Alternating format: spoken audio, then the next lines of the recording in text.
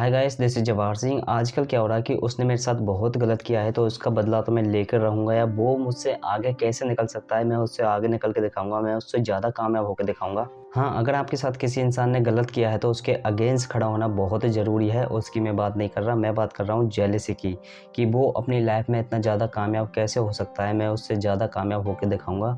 या किसी की कामयाबी से जलना। ज़्यादातर लोग अपने से ऊपर वाले लोगों से जलते हैं क्योंकि उसके पास ज़्यादा पैसा है, वो अपनी लाइफ में ज़्यादा कामयाब हुआ है, इस वजह से उसकी कामयाबी से चिढ़ना हमें कभी नहीं चाहिए। लेकिन ज़्यादातर लोग इसी ही बेवकूफ़ वाली रेस में दौड़ रहे हैं। आप हर जगह देख लो, इंटरनेट पर, सोशल मीडिया पर, सोसाइटी में, हमारे समाज में, हर जगह आपको यही देखने को मिलेगा कि लोग अपने से ज़्यादा ऊपर वाले कामयाब लोगों से जलते हैं। इंडिया में ज़्यादातर लोग इसी वजह से अपनी लाइफ में पीछे रह जाते हैं, इसी वजह से अपनी लाइफ में कुछ नहीं कर पाते, क्योंकि वो अपने से ऊपर वाले लोगों की कामयाबी से जलते हैं।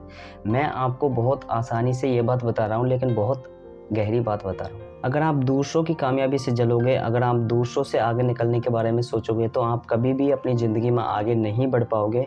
आप अपनी ज़िंदगी को खो बैठोगे, क्योंकि सारी ज़िंदगी तो वही किया, दूसरों के चक्कर में अपनी ज़िंदगी खराब कर ली।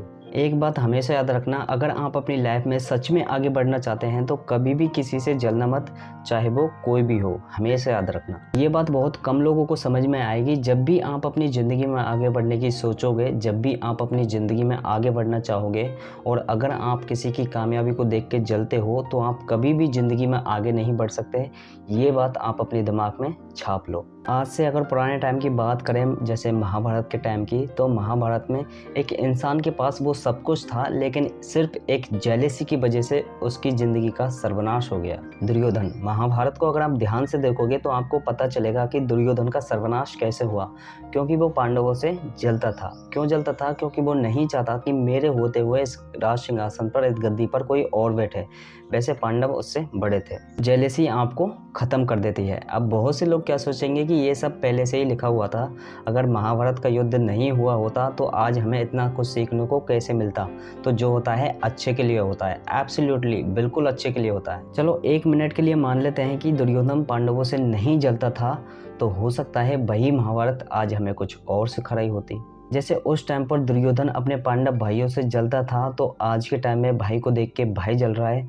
तो अगर उस टाइम पर दुर्योधन अपने पांडव भाइयों से नहीं जलता था, तो हो सकता था कि आज भाई से बड़ा कोई प्रेम ही नहीं हो सकता था। तो जेलसी इंसान को ख़त्म कर देती है। जहाँ तुम जल रहे हो वहाँ तुम खाक हो रहे हो, जहाँ तुम सीख रहे हो वहाँ तुम खास हो रहे हो। संदीप माहेश्वरी सर की एक बड़ी ही गजब की लाइन है, अगर आप अपने एक्सपीरियंस से सीख रहे हो तो बुरे से बुरा भी अच्छा है, और अगर आप अपने एक्सपीरियंस से नहीं सीख रहे तो अच्छे से अच्छा भी बुरा है।